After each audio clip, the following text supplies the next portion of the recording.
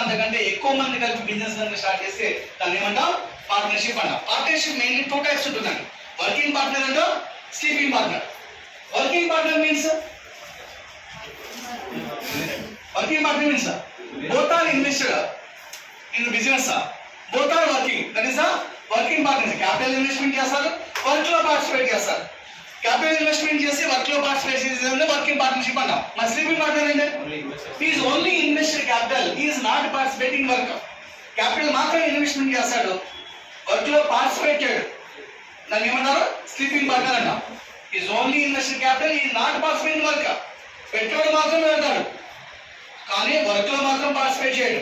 Final గా profit మాత్రం తీసుకోవడానికి వస్తాడండి, లాభాలు షేరింగ్ మాత్రం వస్తాడు.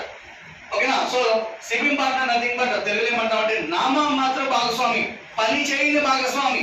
పెట్టుబడి మాత్రమే పెడతాడు, లాభాలు పంచుకోవడానికి వస్తాడు. ఫర్ ఎగ్జాంపుల్ 2% బిజినెస్ స్టార్ట్ చేశారు.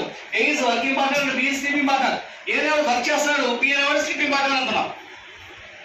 బి అనేవాడు ప్రాఫిట్ మాత్రం తీసుకుంటే వస్తాడు. మరి ఇద్దరు కలిపి బిజినెస్ స్టార్ట్ చేస్తే బిజినెస్ రన్ అవ్వాలంటే అట్లీస్ట్ 1% వర్క్ చేయాలి లేదా? సో ఏ వర్క్ చేస్తాను అనుకుందాం, ఏ వర్క్ చేస్తాడు, వర్క్ చేసినందుకు ఏదైనా శాలరీ లేదా కమిషన్ తీసుకుంటాడు. ఎంత ఫ్రీ బ్లడ్ రిలేషన్ ఉన్నా, ఫ్రెండ్షిప్ ఉన్నా, for example 2 years free service చేసి లాభాలు ఈక్వల్ షేర్ చేసుకుంటారా? లేదు కదా. సో 1 day చేస్తాడు, 1 week చేస్తాడు, 1 month చేస్తాడు ఫ్రీ సర్వీస్ అనేది. సో ఇయర్స్ అయితే కనుక బిజినెస్ అయితే రన్ చేసి షేరింగ్ ఈక్వల్ తీసుకుంటామా? తీసుకోం కదా. సో వర్క్ చేసినందుకు ఏదైనా మంత్లీ శాలరీయా, కమిషన్ తీసుకుంటారు. వచ్చిన అంటే నెల జీతం ఇంత లేదా వచ్చిన ప్రాఫిట్ నుంచి సమ్ కమిషన్ గా తీసుకోవడం జరుగుతున్నాను. సో ఈ ఓవర్ ట్రాన్సాక్షన్ మనం పార్ట్నర్షిప్ గా కన్సిడర్ చేస్తాం. మనం ఆల్రెడీ పర్సంటేజ్ చెప్పుకున్నాం. Total value always consider 100. So chapter లో పర్సంటేజ్ చాప్టర్ లో మనం కీవర్డ్ ఏం డిస్కస్ చేసాం? 100 గా డిస్కస్ చేసాం. మరి ప్రాఫిట్ అండ్ లాస్ కూడా డిస్కస్ చేసాం. ప్రాఫిట్ అండ్ లాస్ కీవర్డ్ ఏం చెప్పుకున్నాం? కాస్ట్ ప్రైస్ ఈక్వల్ టు 100 గా తీసుకుని చాప్టర్ మాత్రం అదే రన్ చేసుకున్నాం. మరి ఈ చాప్టర్ లో కూడా కీవర్డ్ ఏంటంటే capital equal to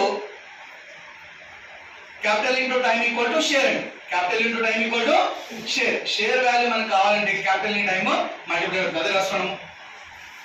capital into time equal to share equal to capital into time. Share equal to capital into time. Share nothing but వాటా.